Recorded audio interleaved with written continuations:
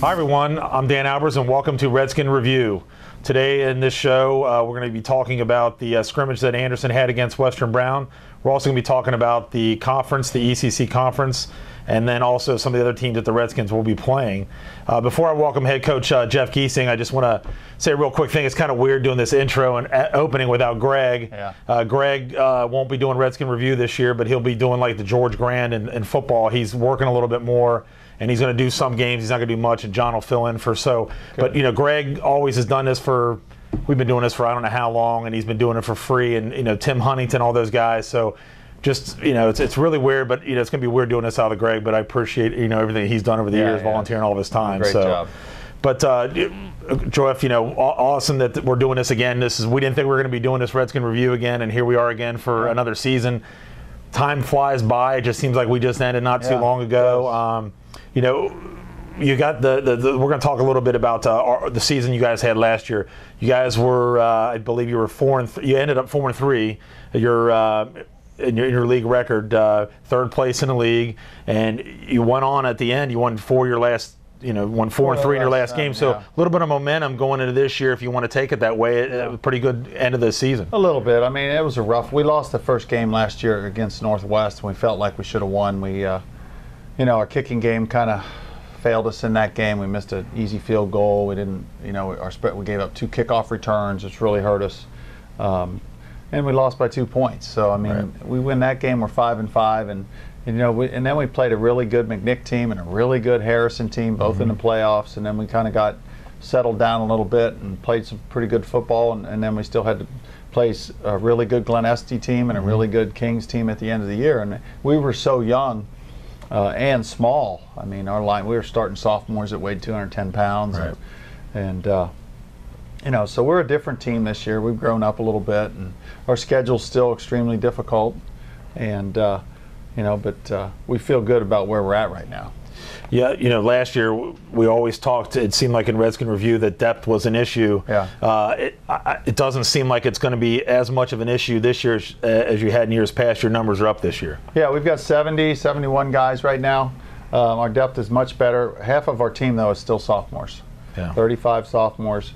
I think we have 16 seniors. We had a couple that quit playing after camp, and but we have much more depth because we've survived some injuries already. And we didn't have a couple guys for our first scrimmage, and we still did all right with that. And I think some of that is guys having played so much last year both ways, developed that depth. And then we've got some sophomores that are ready to play, and they just have to understand what it takes. Physically, they're ready. Mentally, they've still got to work on some things, but we've got some sophomores who are going to contribute this year. We'll talk a couple guys last year that you had. Austin Fasuta did a great job for you last year. Jake Bridges, to name a few. Any of those guys, did they go on to the next level and play college? Austin did. Austin is, along with Cody Coffey, who was a great linebacker for us, are playing at Thomas More. That's good. And hopefully they have some, you know, a great experience doing that. And nobody else decided to play. There was a lot of interest in Jake from some Division III schools. Jake's an outstanding student, really high ACT score, and I think he's up at Ohio State, learning to be an engineer. So he's gone on to some great things as well. But Austin and Cody are playing this year. Well, that's good. We'll check them out. I'm sure we'll hear some things about them. So let's get in a little bit about some this year that you guys got coming back. We're going to start on the offensive side of the football, which you have a lot of guys that have played since they were sophomores. You got Dylan Smith, you got Connor Wielden, you got Blake White. You should expect pretty big things from these guys because they've had that experience for 3 years. Oh, yeah. Well, Blake's a 3-year starter. He was all league last year. He's coming off a shoulder injury, but he was practice full go today. I mean, he just helps us so much. He's 230 pounds, and, you know, his tight end, when he blocks down, he really kind of helps set the edge for us there offensively. Dylan's very experienced at quarterback. He's going to be a 4-year letterman.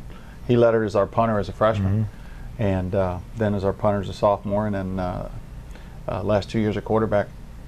And then Connor's he's again coming off a shoulder injury, and he's about back. He's just a really, really good receiver. He's really developed, done a great job with that. But our offensive line, even though we only have 2 seniors in it, they're all experienced, really. Riley Welton played last year as a junior. Donovan Dewing didn't play much of varsity last year, but he's 6'5", 270, and he's a big body, and he's hopefully has a nice senior year.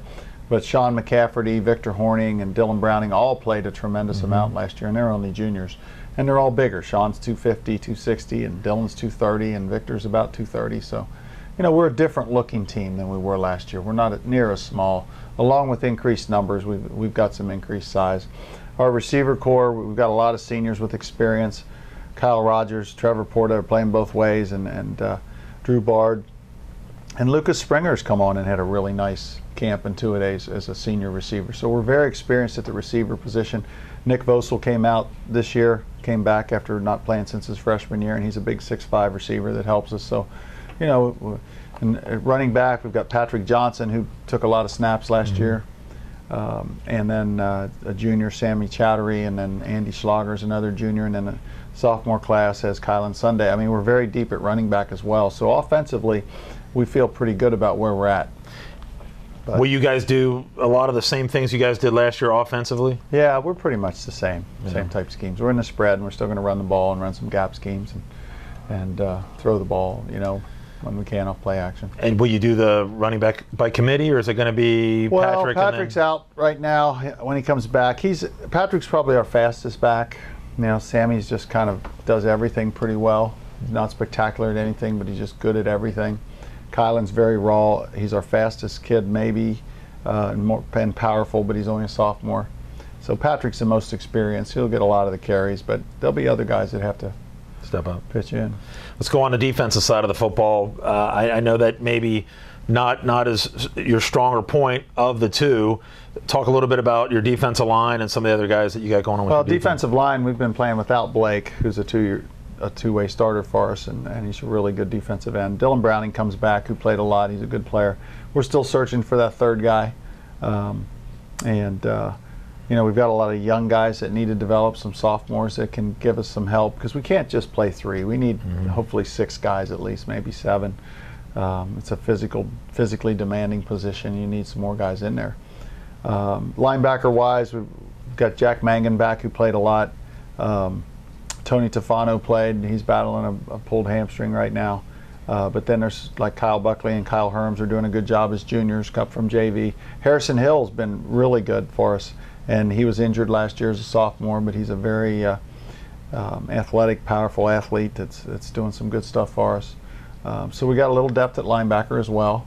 In the secondary, we got a lot of seniors, Porta and Rogers and Bard with some experience, but then we've got a couple sophomores. Jordan Burnham's been playing a lot of corner, and Austin Watt is a big, tall, 6'4", rangy free safety that gets better and better as the weeks go on. So he'll see some playing time.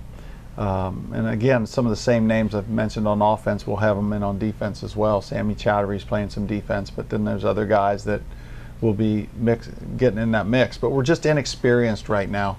And so we've been working really hard at that. Scott Peters is back calling the defense and coordinating the defense. He's doing a great job. He's enthusiastic and drives those guys pretty hard. And they're coming around. We just, there's just going to be some growing pains, I think, for a little while.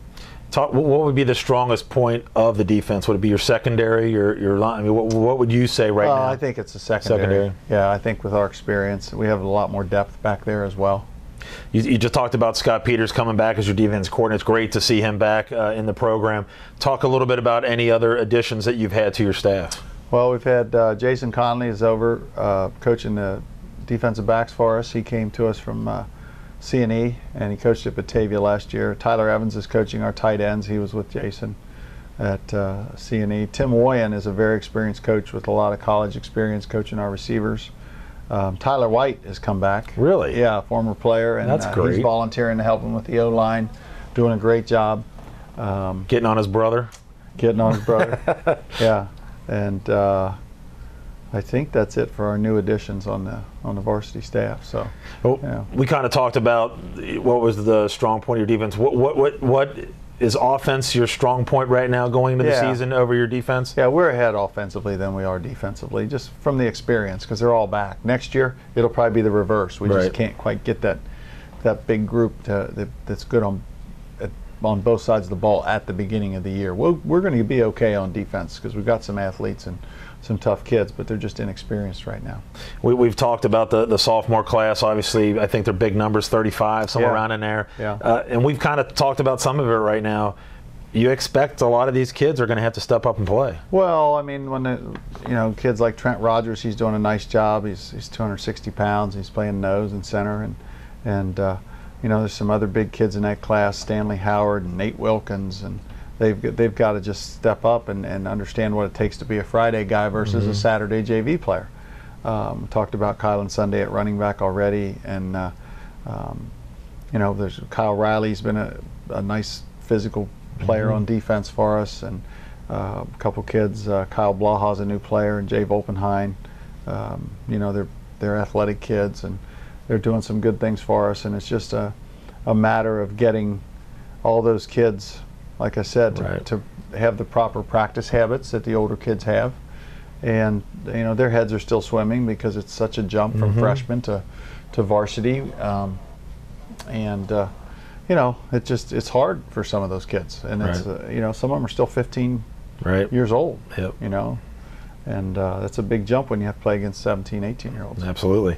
You guys had a scrimmage Friday here. Unfortunately, I wasn't able to make it. You played Western Brown. How do you think that you guys did for your first scrimmage?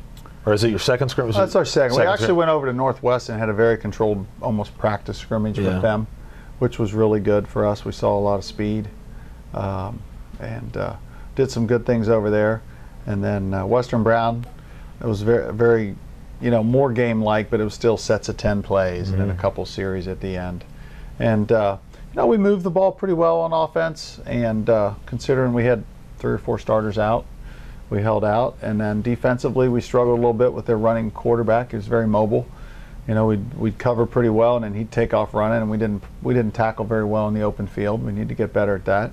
But we still had 2 interceptions. We returned for touchdowns. Really? And we had 5 interceptions total for the night. Wow. One of them was on JV, or 1 or 2. And we recovered a fumble. So we had 6 turnovers we got, and we didn't turn the ball over, which was a plus. Right. And I think Western Brown's going to be a really good team this year. Yeah.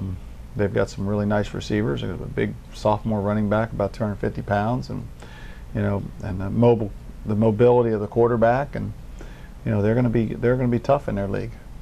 This week you do have a scrimmage. You're going to Wyoming. Is that going to be more of a real game situation compared to the 10 plays on and all that? Yeah, it's the first 3 quarters are all varsity.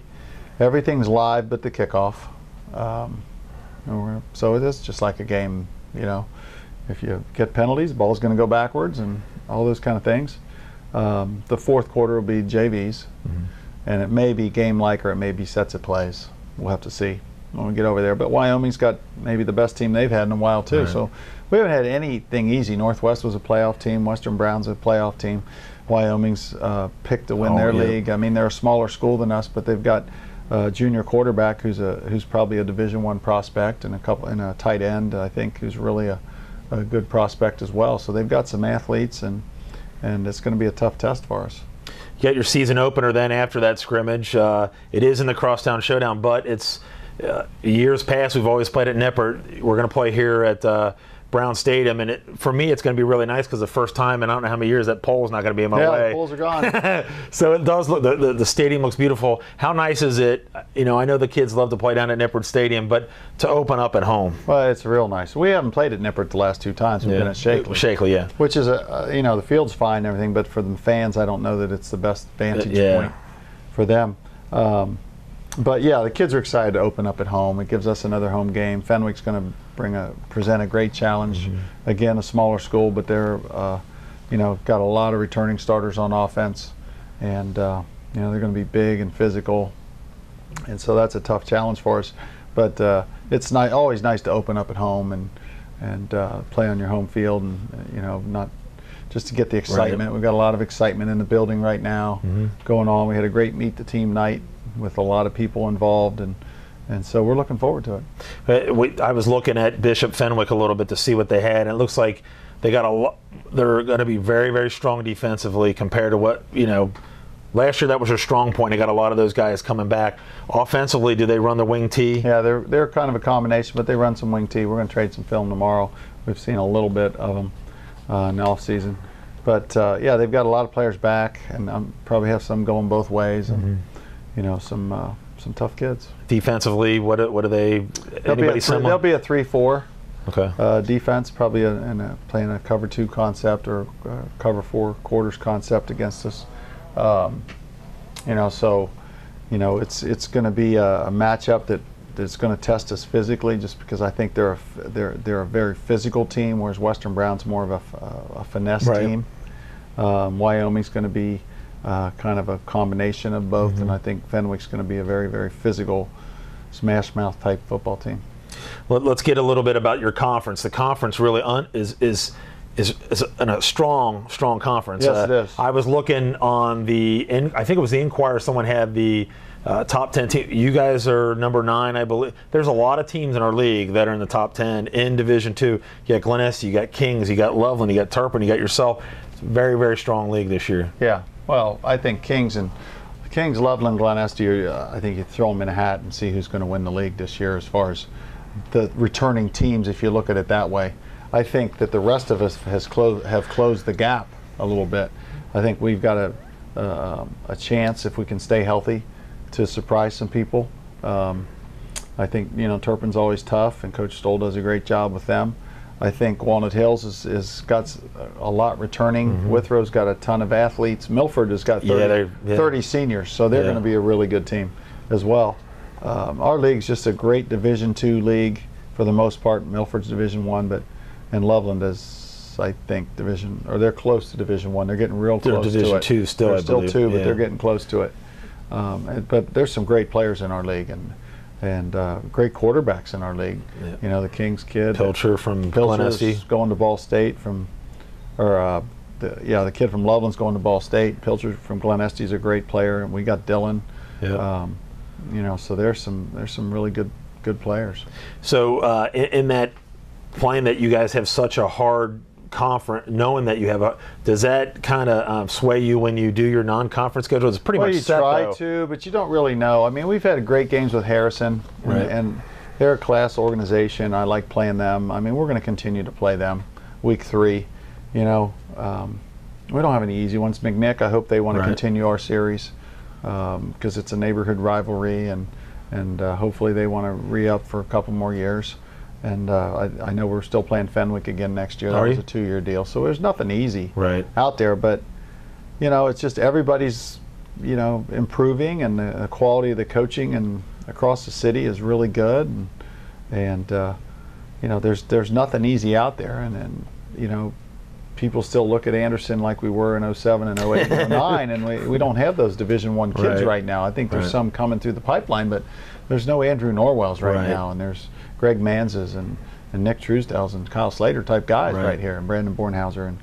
But we have some great kids, and it's still hard to schedule certain teams to play us because of that. Yeah. So were you surprised? I saw also that some of the teams that were in Division II, like Mount Healthy, Winton Woods, I think they dropped down to Division Winton Woods III. actually stayed. Did they stay 2? I think. I Mount Healthy dropped. Okay, I thought I think did Northwest maybe 2? Northwest is 3, I believe. Yeah. Sycamore was supposed to be 2, and they ended up back at 1. Oh, they did. Just by a few kids. Yeah, and that just must have just happened because they flipped again. Really? Like last week or something. Wow, that's interesting. So yeah, Division III is tough. LaSalle's still in town. They're probably the favorite in our region, Region 6. But then you throw in, and look at our league, and Glen Estee, Kings, Loveland, Glen Yep. Estee, all were in the playoffs last year. And you know, Mount Healthy's gone, but Winton Woods is back, and Winton Woods is just being an independent has such a tough time scheduling that if they, you know, that can really hurt them. They can be a really, really good team, but if they don't win enough games, they don't get in. Right. Well, let's get into a little bit. We're going to kind of wrap this up a little bit, but let's talk about our 4th annual golf outing that we had. I think it was a huge success, probably one of the best ones we've had. But saying that, it would not have been successful without our sponsors that we had and some of the former players, Nate Cosman with Roselot Financial, Adams Heating and Cooling, Carol Rod with Sipsy Klein. That's what makes our golf outing so successful, is having people like that want to sponsor us. And it was just great to see everybody and be a part of that again. It really was. We had over 80 golfers this year. It gets bigger every year. We're shooting for 100 next year at least.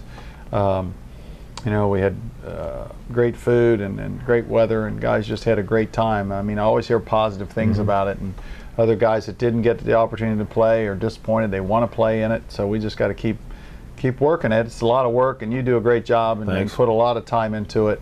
And John helps as well, and Jeff Smith helped out a lot this year, and it's just something that's important. Because fundraising is, it's just unfortunately it's kind of hard to do. Something you have to do in sports nowadays, and and football's not. There's a lot of expenses, and then really the one big thing we got out of that golf outing was we bought brand new game pants, white game pants to go with our new white jerseys. So the kids are excited about that, and that's where most of the proceeds from that outing this year went. Well, what I liked about it is when we went to Scott Peters' Wifflemania, and some of the guys that were a lot younger than I was were saying that it's just neat to go somewhere afterwards and talk to the older guys and listen to some of their stories. So that's what I get out of it the most, is hearing from the guys that played, that are a lot younger than I am, to listen to some of our stories and be interested in it, because we were very bad. So it's just neat that those guys that they enjoy it. I mean, once you play at Anderson, there's a connection between you and all the other guys, and that's why in the locker room we have those signs when you come out each door that have the Redskin on them, and you pop that with your fist, and that connects you to all those guys. So, and it's very evident at that golf outing how much Anderson football meant to all those guys. Absolutely. So just so everybody knows, we raised total about $6,400. That's after we paid all of our expenses, and like Jeff said, we paid for some new white pants, and that is our goal during this whole time, is to do stuff for the football program from the from the varsity down to the freshmen. So just a great outing. Hopefully we can continue to do that. So I know it's a little odd here that we're doing our Redskin review here in Jeff's office.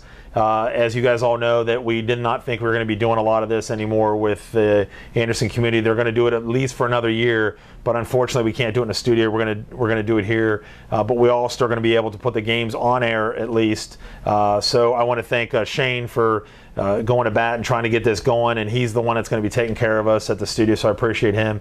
And another thing that I failed to mention was the football moms were absolutely fantastic in our golf outing, and Lisa Rogers and Mangan, what's her? Tina Mangan. Both those guys were just unbelievable, and they helped us out a lot. So, and I'm sure we're going to have great things from them this year. Right. So, who? Beth Johnson. Exactly. Yeah. So we had a lot of people, and John again helped out as always, as he does. So we appreciate all their help. And then again, this is unbelievable to say this is our 25th year of doing these games, and it's hard to believe that we've been doing this for 25 years. Wow. It's we're glad to be bringing it for the 25th year. And again, with all of those guys that have helped, there's no way we can do this. And it really started back with Mr. Ellis, Bill Ellis starting. So we appreciate everybody doing this. And Jeff, I'm sure we're going to talk again next week after your scrimmage. We'll get into that and go to your home opener. Hopefully everybody stays healthy. Yeah, we hope so. Get through this, be healthy going in that first game. It'd be great.